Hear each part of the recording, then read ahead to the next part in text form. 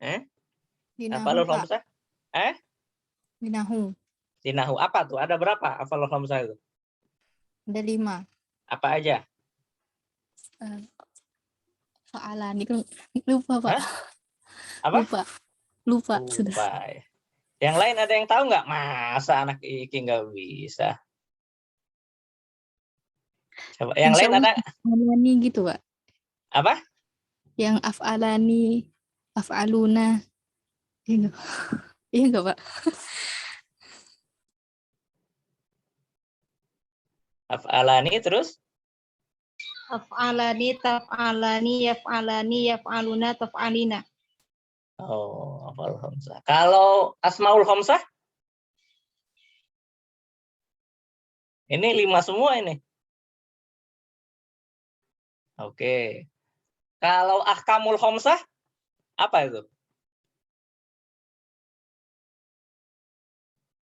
Apa Mbak Umu? Ahkamul khamsah apa? Kalau ahkamul khamsah itu wajib, sunnah, mubah, makruh, haram. Kalau usulul khamsah apa itu? Nah, ini maqasid syariah itu terkait dengan usulul khamsah. Usulul khamsah itu hifzun nafsi, hifzuddin, hifzul aqli, hifzun nasl, hifzul mal. Nah, yang tadi disebutkan. Jadi bagi kita yang pernah belajar tentang beragam tadi keilmuan, itu harusnya nggak perlu bingung sebagaimana masyarakat awam pada umumnya. Karena begini umpamanya, contoh ya. Kalau sholat itu rukun yang keduanya apa? Rukun sholat yang kedua. Atau yang pertama dulu deh. Yang pertama apa rukun sholat? Niat. Niat yang pertama. Yang kedua? Takbir. Takbiratul ihram. Yang ketiga? Takbir. Takbir. Yang ketiga berdiri, bukan? Yang ketiga berdiri. Berdiri dulu Niat, apa? takbir, Berdiri jika mampu. berdiri, baca Fatihah. Niat, berdiri, takbir. Enggak. Yang pertama niat. Yang kedua itu berdiri apa takbir dulu? Berdiri. Takbir, ya berdiri. Berdiri baru takbir, Pak. Berdiri dulu baru takbir. Nah, sekarang yang kedua berdiri coba. Berdiri itu rukun. Hukumnya apa berarti? Wajib. Wajib. Nah, boleh enggak? Wajib bagi yang mampu. Bagi yang mampu. Wajib bagi yang mampu. Kalau di kitab kalau di Gimana? Kalau di Safinah?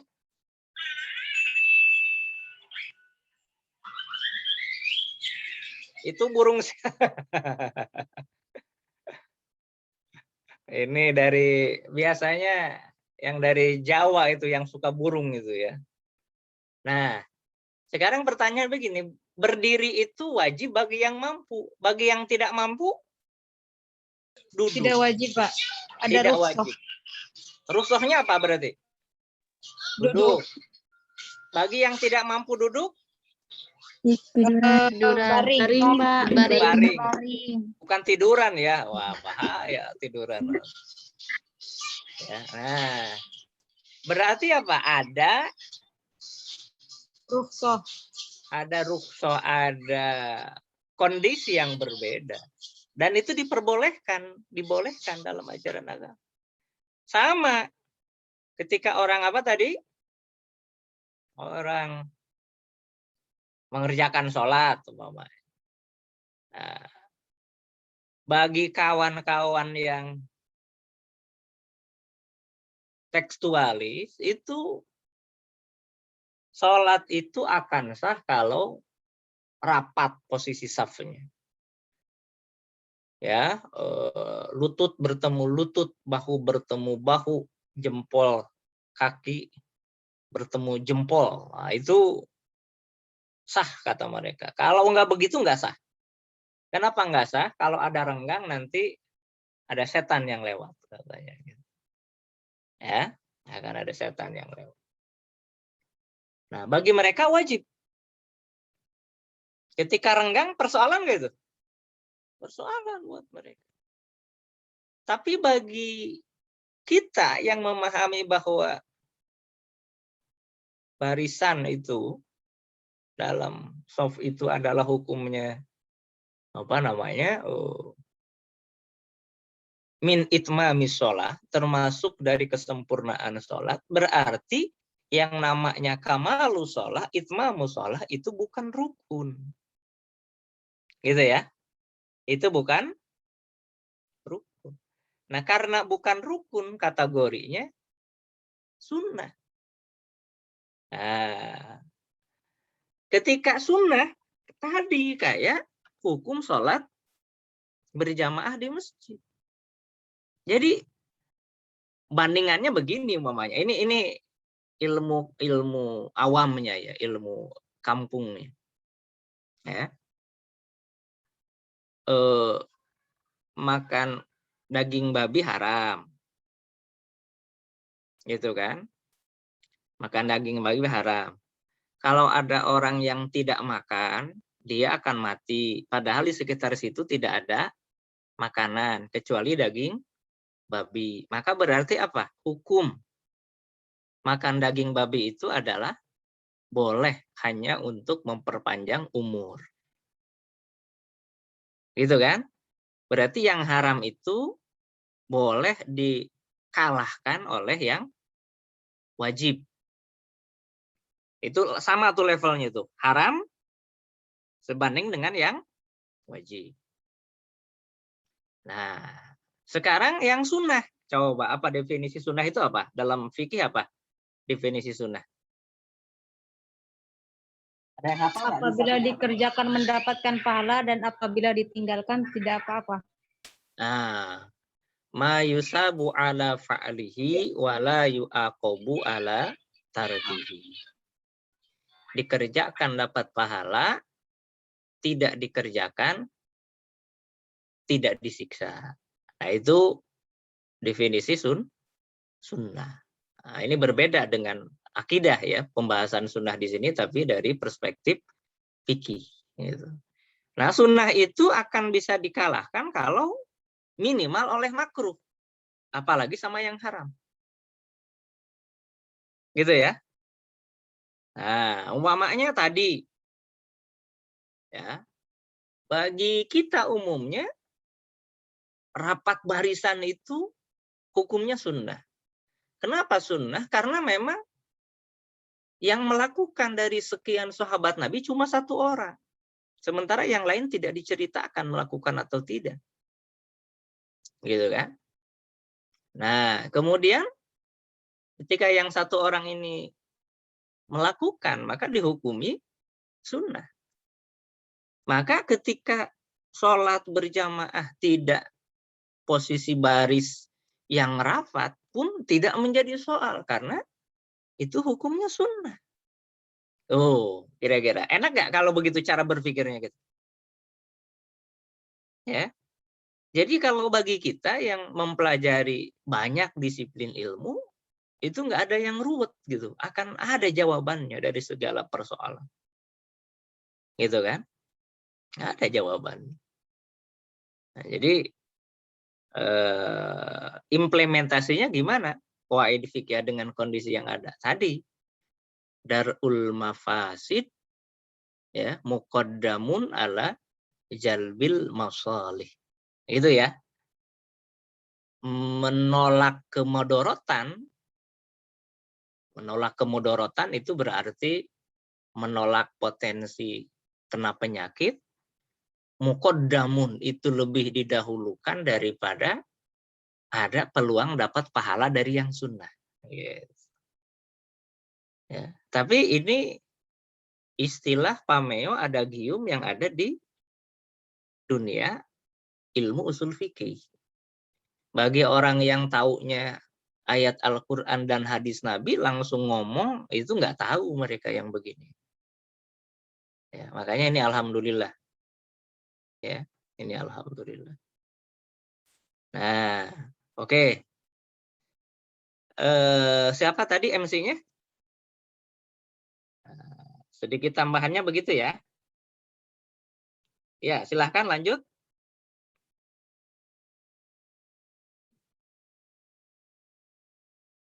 Bapak Baik, maaf mau nanya dulu sebentar. Ya, Ya, silakan. Kak. Mbak Siva. Ya kan mengenai sholat berjamaah di masa pandemi ini kan harus jaga jarak.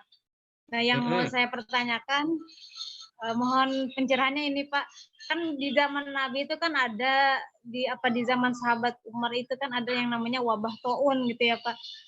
Nih, yang saya tahu itu kan ketika terjadinya wabah taun itu tidak ada perintah untuk dilarang ke masjid apalagi menjaga jarak. Tapi saya kurang tahu ya Pak itu. Nah itu bagaimana Pak dengan kondisi yang sekarang gitu? Ibaratnya kan banyak yang bilang tuh di zaman Nabi aja ibaratnya kan wabah taun itu mematikan gitu. Begitu karena kan bisa meninggal katanya. Nah itu sedangkan corona ini kita itu masih ada step by step untuk bisa sembuh gitu Pak. Nah itu bagaimana Pak? Di zaman Nabi tidak dilarang untuk berjamaah, apalagi jaga jarak. Sedangkan di zaman sekarang ini kemarin kan sempat dilarang ke masjid, terus diperbolehkan di masjid, tapi boleh dengan syarat jaga jarak. Itu bagaimana Pak? Ya betul. Ya memang betul. Dulu kejadiannya di zaman Sayyidina Umar bin Khattab. Ya. Penyakit taun itu penyakit apa? Penyakit kulit. Taun itu penyakit kulit. Jadi kalau ada orang yang kena, itu nggak lama meninggal itu. Kenapa? Karena memang kecanggihan obat juga belum. Ya, waktu itu belum canggih obatnya. Yang kedua, kalau taun itu, penyakit kulit itu kelihatan nggak kira-kira? Orang kalau terkena itu kelihatan nggak? Kelihatan Pak. Kelihatan. Kalau virus ini kelihatan nggak?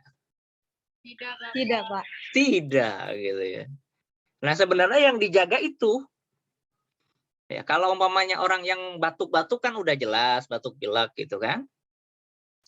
Di sini ada yang alumni LC nggak di sini?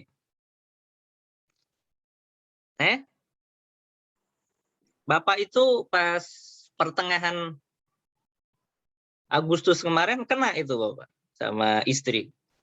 Di sini ada yang kena nggak? Ada yang pernah ngalamin nggak? Ada Pak. Nah, gimana itu? Gejalanya gimana? Mbak Usmita gimana? Siapa? Mbak Putri. Coba gimana pengalamannya? Batuk pilek, demam gitu-gitu Pak. Sesak nggak? Enggak, alhamdulillah. Berarti sehat, alhamdulillah. Yang lain ada lagi? Pernah, Pak. Iya, gimana gejalanya? Nggak bisa mencium bau. Terus apa lagi? Udah itu aja sih, Pak. Itu aja. Yang lain ada lagi? Tidak, Pak. Tidak ya. Berarti cuma berdua yang kena ini. Dari 36 ya. Nah, jadi saat itu kalau di zaman Sayyidina Umar itu tampak sekali orang kena dan tidak kena itu mudah itu mengidentifikasinya. Sehingga karena itu memang yang dilakukan oleh orang-orang yang sehat saat itu apa? Justru mereka naik ke satu perbukitan yang sehat-sehat itu yang dikarantina di sana. Bahkan zaman setelahnya ada lagi.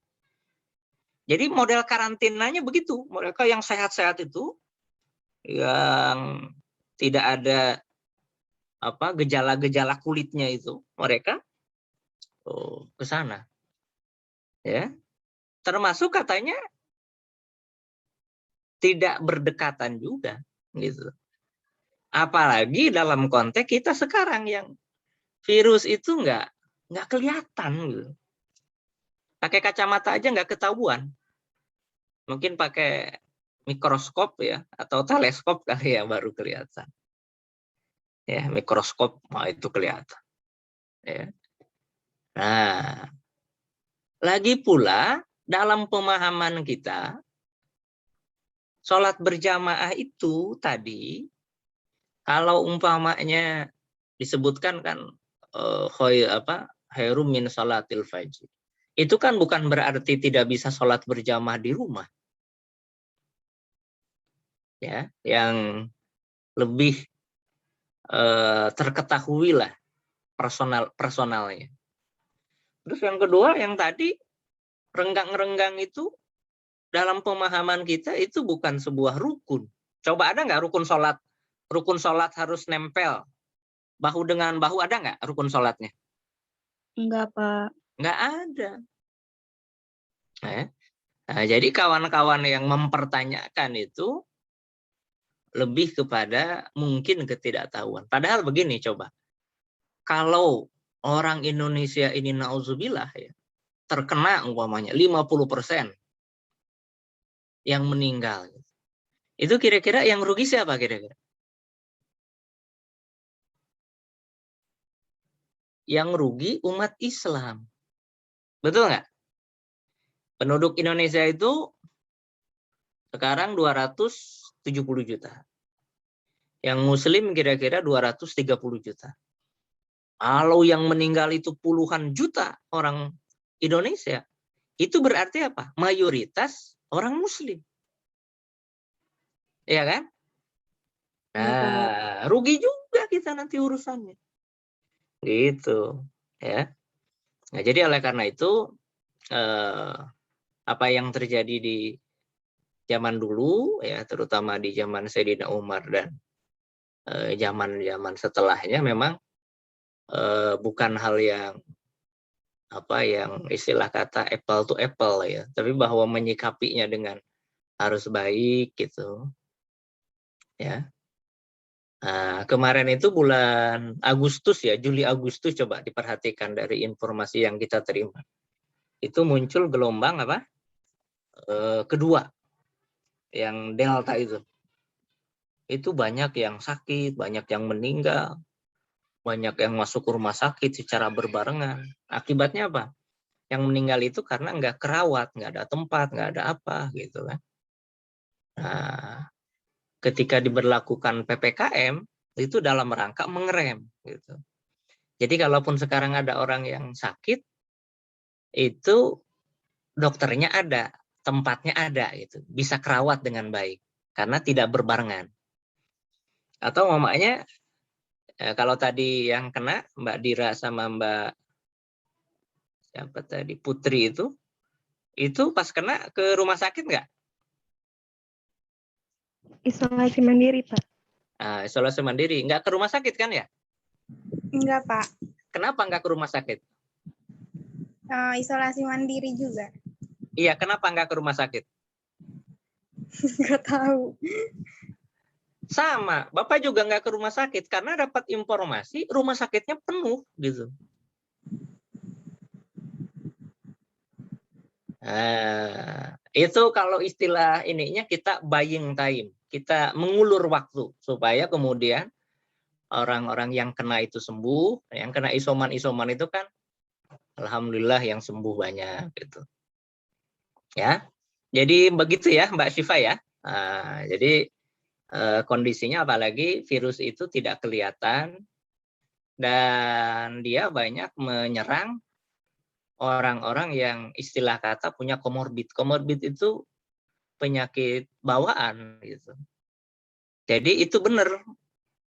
Ada punya kawan, dia itu sakit kepala, sering sakit kepala. Ketika kena, kepalanya yang dihajar. Jadi sakitnya tambah luar biasa. Ada kawan Bapak itu yang punya sakit lambung. Nah, ketika kena COVID, lambungnya yang dihajar lebih dari biasa. Ada yang punya jantung, jantungnya yang dihajar. Itu dahsyatnya dahsyatnya COVID itu di situ gitu. Ya, tapi alhamdulillah Mudah-mudahan nanti semakin sehat semuanya. Salah satunya dengan tetap jaga prokes, dengan tetap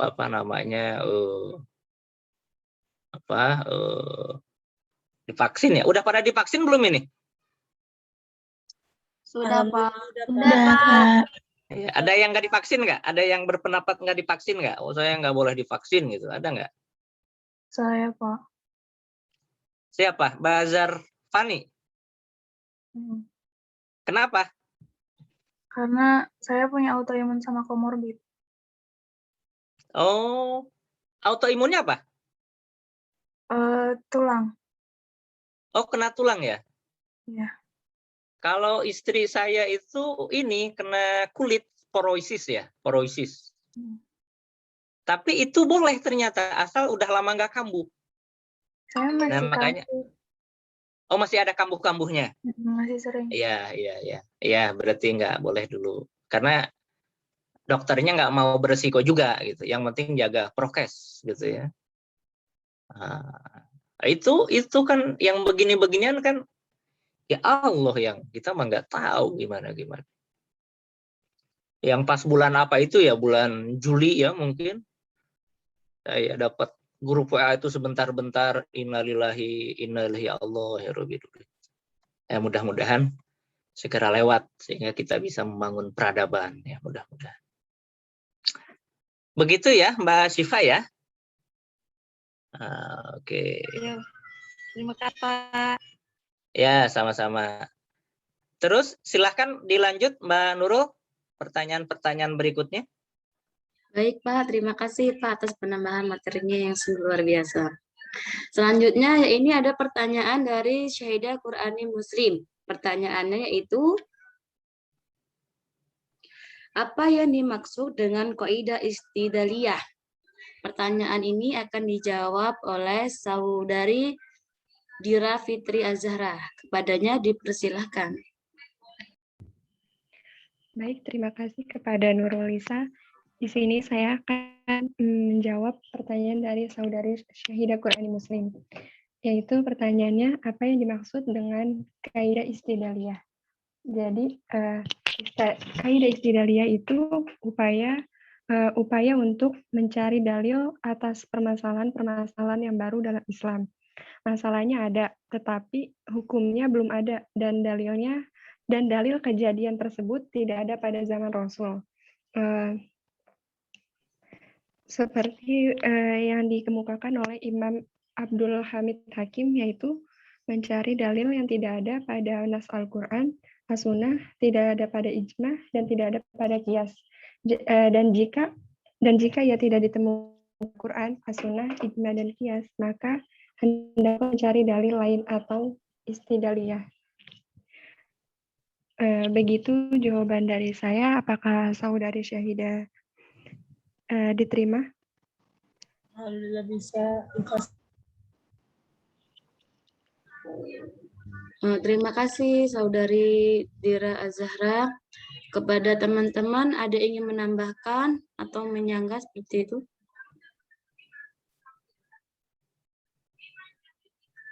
Bagaimana teman-teman ingin menambahkan? Saya rasa nggak ada ya, udah diem semua. Bapak mungkin Bapak yang ingin menambahkan. Iya, jadi tadi ada istinbati ya, ada istid. Gitu ya? Pertanyaannya begitu bukan? Sebentar, saya lihat dulu pertanyaannya. Pertanyaan seperti ini, Pak. Apa yang dimaksud dengan kaidah istidlaliyah? Oh, kaidah istidlaliyah. Istidlaliyah. Ya. Oh, istidlaliyah. Istidlaliyah itu dari ini mencari dalil ya. Kaidah-kaidah untuk mencari dalil. Jadi contoh dulu Imam Hanafi itu punya rumusan namanya istihsan. Apa? Istihsan. Istihsan itu apa? Yang penting baik niatnya dan baik tindakannya. Itu istihsan namanya. Ya. Kemudian madhab umpamanya apa, banyaklah umpamanya contoh ya, yang penting apa, baik gitu ya. Kalau madhab Maliki itu membuat yang namanya maslahah mursalah namanya. Maslahah mursalah. Salah. Nah, itu maslahah mursalah itu kemaslahatan. Yang penting maslahat. Nah, ini sebenarnya hampir-hampir sama gitu. Ya, hampir-hampir sama. Atau kalau madhab Maliki itu karena beliau ada di Madinah, ya, beliau arau akhlil Madinah. Jadi tradisi masyarakat Madinah meskipun nggak ada dalilnya itu dijadikan hujah oleh mazhab Maliki. Kenapa? Karena sederhananya kata beliau mereka yang mengenal Rasulullah SAW dan para sahabat, gitu kan? Nah, ini apa namanya istidlal ya. Nah, itu beda-beda tentu tadi ya. Nah, karena itu memang saya ingin sampaikan kawan-kawan semua, ini kita ada minimal 14 pertemuan. Jadi bukan target lamanya ya, tapi yang penting kita setelah perkuliahan ini tuntas nanti cukup ngerti tentang qawaidul fiqhiyah. Itu poinnya ya. Siapa tahu di antara hadirat ini, wah ya, ada yang bisa lanjut seperti almarhumah Prof. Uzaimah Yatanggo kan, itu luar biasa. Belum ada lagi itu. Ya, belum kelihatan lagi yang ulama perempuan sekali beliau yang luar biasa dahsyat. Ini siapa tahu nanti. Karena kalau mau bicara fikih atau fikih muqaron atau fikih keseluruhan ya emang qawaid fikih ini ya harus dikuasai gitu. Begitu Mbak Nurul? Silahkan mungkin yang berikutnya. Baik Pak, terima kasih atas penjelasannya. Selanjutnya tinggal satu lagi Pak, pertanyaan dari saudari Firna Nahwa. Yaitu pertanyaannya, perbedaan kaidah yang digunakan sebagai istidor atau menghadirkan hukum bukan istimbat, yaitu mengambil hukum layaknya kaidah usul. Itu seperti apa contohnya? Mungkin yang saya tangkap ini contoh seperti istidar atau istimbat seperti itu. Pertanyaan ini akan dijawab oleh saya sendiri. Gimana coba? Jadi kalau saya menganalisa atau yang saya tangkap dari pertanyaan saudari Firna itu seperti ini, Pak. Itu sebelumnya saya akan menjelaskan dulu itu istimbat itu seperti apa gitu ya. Secara bahasa istimbat itu memiliki arti menciptakan atau mengeluarkan atau menarik sebuah kesimpulan.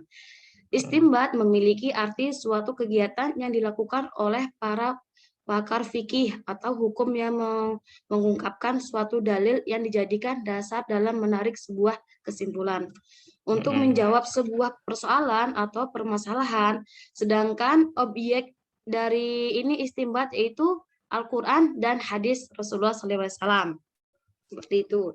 Adapun contohnya, itu contohnya seperti ini.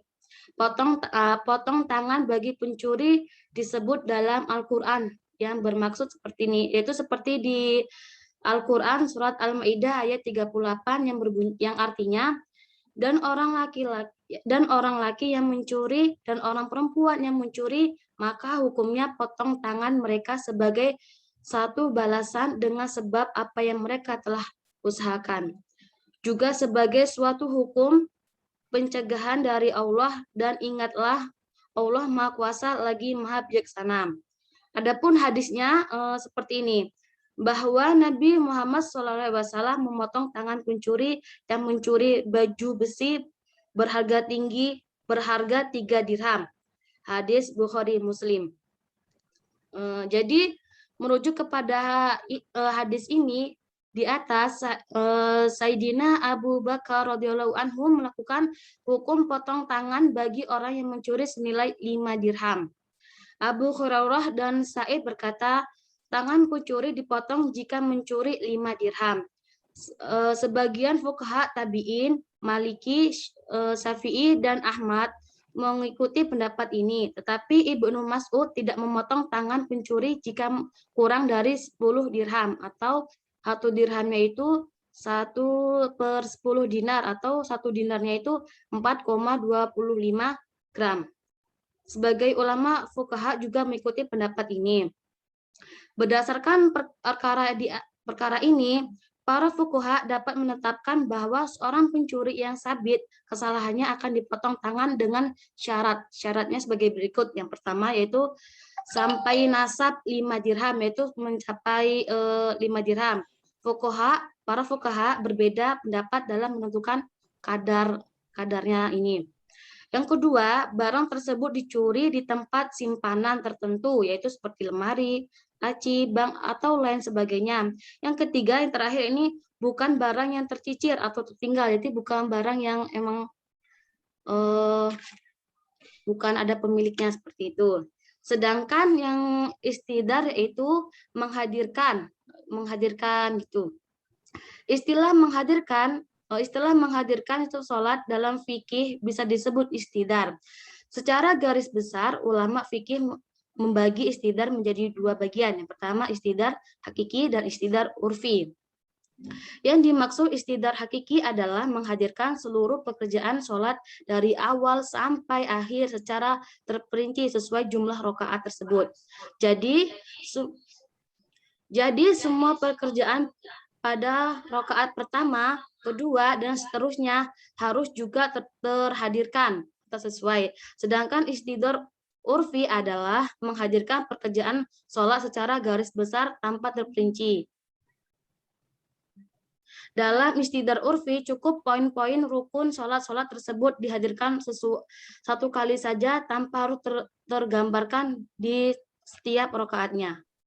Mungkin seperti itu, Bu. Seperti itu, Pak, yang bisa saya jawab.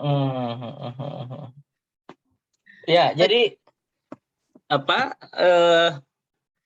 menyederhanakan yang disampaikan Mbak Nurul tadi, ada istiqdarul hukmi sama istinbatul hukmi gitu ya bahasanya ya. Kalau istinbatul hukmi ini definisi lainnya itu badlul ini lil istinbatil ahkam. Jadi karya para ulama untuk mengambil jadi keseluruhan ya. Jadi kalau ngomongnya tadi masalah potong tangan, ayat mana? Wasariku wasarikotu faktou aidiyahuma. Kemudian hadisnya mana? Pendapat para sahabat. Nah, sampai kemudian seperti itu. Kalau istiqdarul hukmi itu, kalau tadi disampaikan Mbak Nurul tadi, itu contohnya wajibnya adanya niat dalam sholat. Gitu ya. Nah tadi kalau kita tanya namanya rukun sholat yang pertama apa? Niat. Nah niat itu menghadirkan hukum. Ya, hukum berniat itu apakah dari sepanjang kita mulai takbiratul ihram sampai selesai atau pada saat awal saja? Kalau kita umumnya gimana? Awal saja. Awal saja kata Mbak Hopibah. Allah, ini mau sholat zuhur. Wassalli fardhu zuhri arba rakaati mustaqbilal qiblati adaan lillahi ta'ala Allahu akbar. Nah, kalau udah pas Allahu akbar mau baca Al-Fatihah, ingat kayaknya jemuran belum diambil. Sah nggak itu sholatnya? Atau ini lagi masak mie gitu. Jangan airnya kematangan. Nah, itu kalau tadi terperinci itu harus dari awal sampai akhir, nggak boleh ada yang kosong itu. Gitu ya. Tapi kalau umpamanya global, yang penting ketika awalnya saja, di tengah atau di akhir itu godaan syaitan, kan memang betul setan itu goda. Makanya dulu pernah ada kejadian. Suatu kali ada seorang pedagang datang ke Imam Abu Hanifah. Kata si pedagang ini, wahai Imam Abu Hanifah, tolong saya. Ada apa, Pak? Tolong saya beritahu. Dulu saya pernah punya uang. Habis bisnis. Kemudian uang itu saya simpen di rumah. Sekarang saya lupa di mana itu nyimpennya. Tolong beritahu saya. Gitu. Dikira Imam Abu Hanifah sakti kali ya. Oh, bisa ngelihat hal goib. Gitu. Kata Imam Abu Hanifah, oh gampang gitu Pak. Nanti malam sholat aja ya, sholat tahajud jam 2. Sholat gitu. Ya siap Imam. Nah, malamnya si pedagang tadi bangun tuh sholat jam 2. Ya, setelah dapat 2 rakaat, mau sholat lagi. Nah, setelah itu, di tengah-tengah sholat dia ingat. Oh iya ya, kayaknya dulu saya simpen di belakang rumah, di tanah. Setelah salam, dia langsung gali itu di belakang apa rumahnya itu, di tanah belakang rumahnya. Ternyata betul ada apa? Ada duitnya. Nah besoknya dia datang lagi ke Imam Abu Hanifah. Imam, benar ternyata hebat Anda. Saya ketemu semalam itu. Kata Imam Abu Hanifah, kapan? Saya semalam sholat. Berapa rakaat? 2 rakaat. Terus agak mulai ingat sih, tapi setelah nambah 2 rakaat lagi, persis saya ingatnya. Oh. Setelah ketemu, uangnya masih sholat nggak? Ya enggak lah katanya gitu ya. Enggak. Nah, kata Imam Abu Hanifah, bukan saya yang pintar. Setan itu nggak mau kamu sholat khusyuk. Karena kamu niat sholatnya mau nyari duit yang apa bingung naruhnya.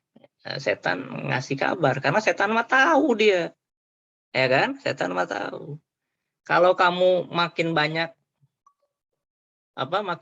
sholatnya, makin banyak pahala. Setan nggak mau itu. Kalau kita lebih pengen banyak pahala apa banyak dunia kalau kita kayak gitu? Dua-duanya, Pak. Dua-duanya. Ya, hebat. Alhamdulillah, dua-duanya. Siapa yang bilang dua-duanya siapa tadi? Saya nggak ngelihat. Siapa tuh? Mbak Hopipah ya? Apa Mbak Syifa? Ya, bagus ya, dua-duanya. Nah, jadi begitu. Ya, jadi istighdor ya, istighdor. Istighdorul hukmi ya.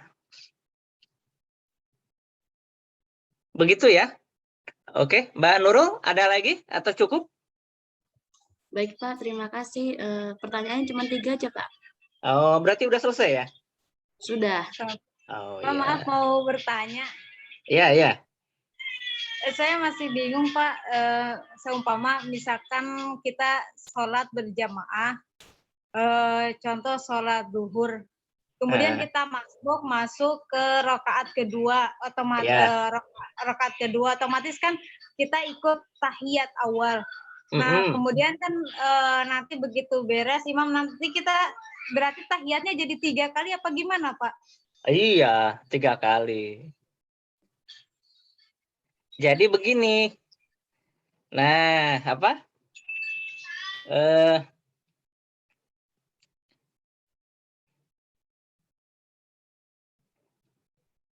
Aturan bakunya, kalau sholat zuhur normal, itu disunahkan tasahud awal, kemudian nanti tasahud akhir wajib. Gitu ya. Nah, sekarang kita lihat tasahud itu hukumnya apa? Tasahud awal itu hukumnya apa? Rakaat kedua, nah, kita masuk tuh tasahud awal kan? Itu hukum tasahud itu apa? Tasahud awal itu hukumnya apa? Sunnah, Pak. Sunnah ya. Boleh nggak kita nggak tasahud awal? Boleh, tapi Kenapa? Boleh, tapi tetap melakukan sujud sahwi, Pak. iya bener. Hebat ini. Ini tahu nih dia nih. Dari mana Mbak Syifa? Dulu mesantren nggak? Iya, Pak. Di mana mesantrennya? Di daerah Kelapa II. Kelapa II Tangerang. Iya, Pak. Oh. Nah, kalau orang tidak tasahud awal atau tidak kunut, itu disunahkan diganti dengan sujud sahwi, gitu kan. Nah, jadi hukum tasahud itu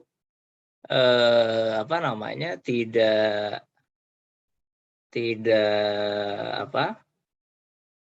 wajib ya. Tasawuf awal itu hukumnya tidak wajib. Nah, ketika ada yang kita datang itu kita ikut kepada imam. Nah, ikut imam itu hukumnya wajib itu. Ju'ilal imamu liyuqtadabi. Imam disebut imam untuk diikuti gitu. Nah, jadi ketika sholat zuhur umpamanya, jangan dibilang oh berarti kita tasahudnya 3 kali. Nah, harus dirinci. Tasawuf akhirnya yang wajib sekali, gitu kan.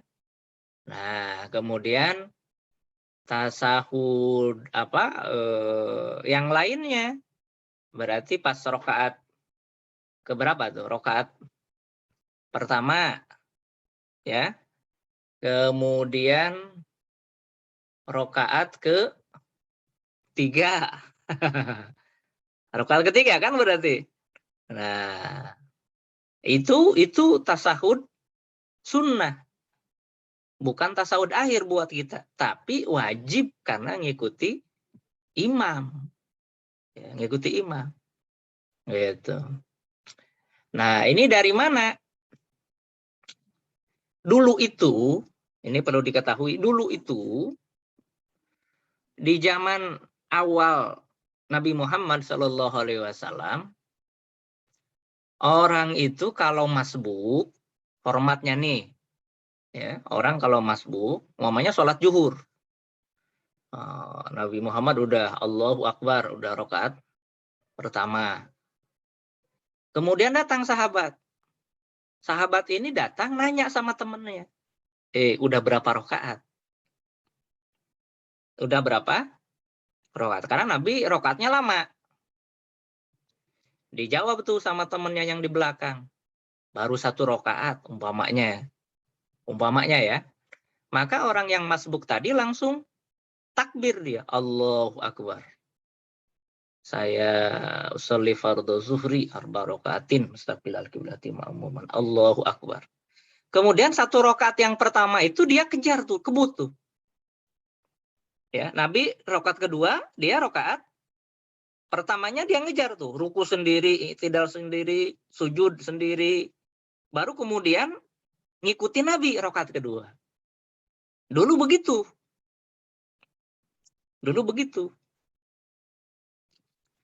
Sampai kemudian datang Sayyidina Mu'adz bin Jabal. Mu'adz bin Jabal ini anak muda, pinternya luar biasa. Mu'adz bin Jabal ini orang Ansor, tidak sempat menikah gitu ya, Mu'adz bin Jabal. Itu waktu Nabi Muhammad peristiwa Fatum Makkah, yang ditinggal di Makkah itu Mu'adz bin Jabal untuk ngajar ilmu agama. Pinter nih. Ini sahabat yang pinter Mu'adz. Nah, suatu kali Mu'adz bin Jabal itu masbuk kepada Nabi. Nah, ketika Nabi masbuk, ketika Mu'adz bin Jabal masbuk, beliau melihat Nabi sedang apa? Beliau langsung takbir. Allahu Akbar. Langsung ikuti Nabi. Nabi ruku, langsung ruku gitu kan. Nah, setelah selesai kan Mu'adz ngitung berapa sholatnya yang kurang. Kemudian Sayyidina Mu'adz itu menambahkan. Menambahkan. Nah, setelah itu kata Nabi, ya, kan kalau sebelum peristiwa Mu'adz bin Jabal itu Nabi salam, semua jamaah di belakang salam itu. Semua sahabat salam. Nah, ketika ada Mu'adz itu yang masbuk, Nabi salam, sahabat yang lain salam, Mu'adz naik lagi. Kan Nabi ngelihat itu. Mu'adz, apa yang kamu lakukan? Saya ini Rasul tertinggal, terus saya nambah. Kemudian Rasul bersabda kepada para sahabatnya, fasna'u kama sana'a Mu'adz. Wahai para sahabat, kalau kalian masbuk ketinggalan, ya, kalian ikuti seperti Mu'adz tadi. Semenjak itu nggak ada yang namanya nanya ke makmum yang di belakang. Semenjak itu nggak ada lagi yang namanya makmum yang masbuk itu ngebut duluan, itu nggak ada. Nah, jadi yang tadi ditanyakan Mbak Syifa, ya, dari mana dalilnya? Nah, peristiwa hadis itu. Ya. Hadis di mana Mu'adz bin Jabal makmum masbuk. Makmum itu kan ada dua. Ada makmum masbuk, seperti tadi contohnya, ada makmum muafik. Makmum muafik itu ketika imam takbiratul ihram, dia takbiratul ihram. Itu namanya makmum muafik. Jadi ada dua makmum itu ya. Oke, baik. Ada lagi? Atau cukup? Ini khawatir belum pada masak siang ini. Yang di asrama mah nggak masak ya? Masak nggak yang di asrama ini? Ya, Ban Nurul, kalau ada silahkan, kalau enggak dicukupkan. Sepertinya sudah Pak, tidak ada yang bertanya lagi ya. Oh ya, oke. Kalau nggak ada, alhamdulillah berarti ya. Mudah-mudahan sehat semuanya ya, Sehat ibu-ibu. Pak. Ya, para mahasiswa, ibu-ibu. Nah, ibu-ibu. Ya, calon ibu-ibu lah, calon ibu-ibu. Amin. Amin ya. Ini kayaknya kenceng banget nih, pengen ini kayaknya nih bergegas. Ya, ditutup dulu silahkan pemakalah. Nanti Bapak tutup. Baik Pak, terima kasih atas Bapak, atas ilmunya, dan teman-teman semua atas partisipasinya dalam perkuliahan ini. Saya sebagai pemakalah pamit undur diri. Apabila ada kesalahan, saya mohon maaf, kepada Allah saya mohon ampun. Assalamualaikum warahmatullahi wabarakatuh. Waalaikumsalam warahmatullahi wabarakatuh. Ya baik, kita akhiri. Terima kasih. Mudah-mudahan sehat semuanya dan insya Allah pekan depan nanti ketemu lagi. Terima kasih. Assalamualaikum warahmatullahi wabarakatuh. Waalaikumsalam warahmatullahi wabarakatuh. Terima kasih banyak, Pak. Ya, Terima kasih banyak, sama-sama. Bapak. Bapak pamit ya. Amin, Iya, Pak. amin. Ya. Silakan, Pak.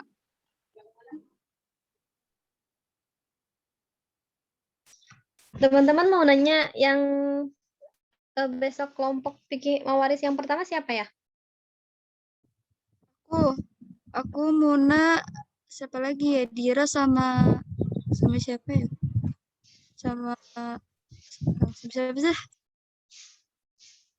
Husnul, Muna. Yang malam kan ya, buat malam nanti. Iya, malam nanti. Tapi bapaknya belum ini lagi sih, belum ngabarin lagi. Udah di ini tapi belum dijawab. Nanti tunggu lagi aja ya. Oh, iya udah. Ya, baik. Oke.